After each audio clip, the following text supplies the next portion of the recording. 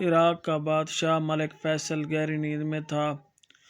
اس نے خواب میں دیکھا کہ کوئی اس سے کہہ رہا تھا کہ ہم رسول اللہ صلی اللہ علیہ وآلہ وسلم کے دو صحابی دریائے دجلہ کے کنارے دفن ہیں۔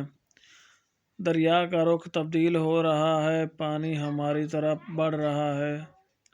حضرت حذیفہ بن یمان رضی اللہ تعالی عنہ کی قبر مبارک میں پانی آ چکا ہے، جبکہ حضرت جابر بن عبداللہ رضی اللہ تعالی عنہ کی قبر بھی نم ہونے لگی ہے۔ ہمیں یہاں سے نکال کر دریا کے کنارے سے کچھ فاصلے پر دفن کیا جائے۔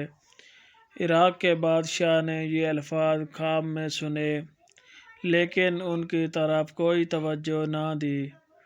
دوسری رات پھر یہی الفاظ سنائی دیے، لیکن اس نے اب بھی توجہ نہ دی۔ تیسری رات یہ خواب عراق کے مفتی اعظم نوری السعید پاشا کو دکھائی دیا۔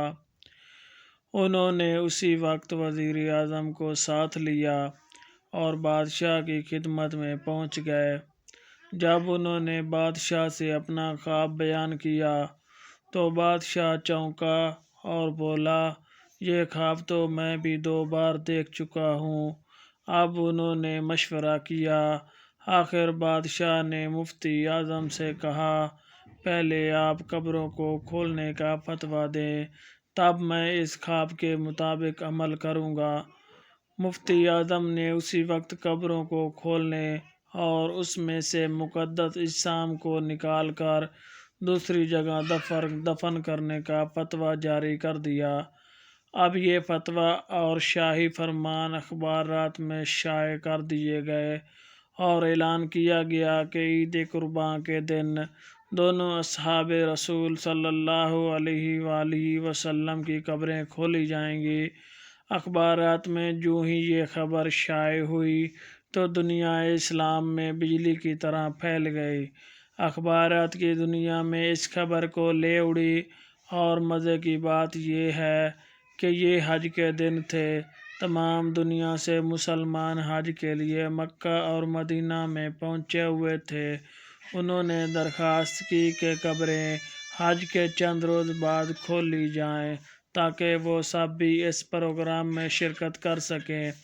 اسی طرح حجاج مصر، شام، لبنان، فلسطین، ترکی، ایران، بلغاریہ، روس، ہندوستان وغیرہ ملکوں سے شاہ عراق کے نام سے بے شمار خطوط پہنچے کہ ہم بھی اس موقع پر شرکت کرنا چاہتے ہیں، مہربانی فرما کر مقررہ تاریخ چند روز آگے بڑھا دی جائے۔ چنانچہ دنیا بھر کے مسلمانوں کی خواہش پر دوسرا فرمان یہ جاری کیا گیا کہ اب یہ کام حج کے 10 دن بعد کیا جائے گا۔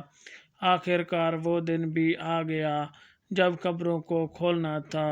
دنیا بھر سے مسلمان وہاں جمع ہو چکے تھے۔ پیر کے دن دوپہر 12 بجے لاکھوں انسانوں کی موجودگی میں قبروں کو کھولا گیا۔ حضرت حذیفہ بن یمان رضی اللہ تعالی عنہ کی قبر میں کچھ پانی آ چکا تھا، جبکہ حضرت جابر بن عبداللہ رضی اللہ تعالی عنہ کی قبر میں نمی پیدا ہو چکی تھی، اگرچہ دریائے دجلہ وہاں سے 2 فرلانگ دور تھا۔ تمام ممالک کے سفیروں، عراقی حکومت کے تمام ارکان اور شاہ فیصل کی موجودگی میں پہلے حضرت حذیفہ بن یمان رضی اللہ تعالی عنہ کی جسم مبارک کو کرین کے ذریعے زمین سے اس طرح اوپر اٹھایا گیا کہ ان کی نعش کرین پر رکھے گئے اسٹریچر پر خود بخود آ گئی۔ اب کرین سے اسٹریچر کو الگ کر کے شاہ فیصل، مفتی اعظم، وزیر جمہوریہ ترکی اور شہزادہ فاروق ولی عہد مصر نے اسٹریچر کو اپنے کندھوں پر اٹھایا اور نہایت احترام کے ساتھ ایک شیشے کے تابوت میں رکھ دیا۔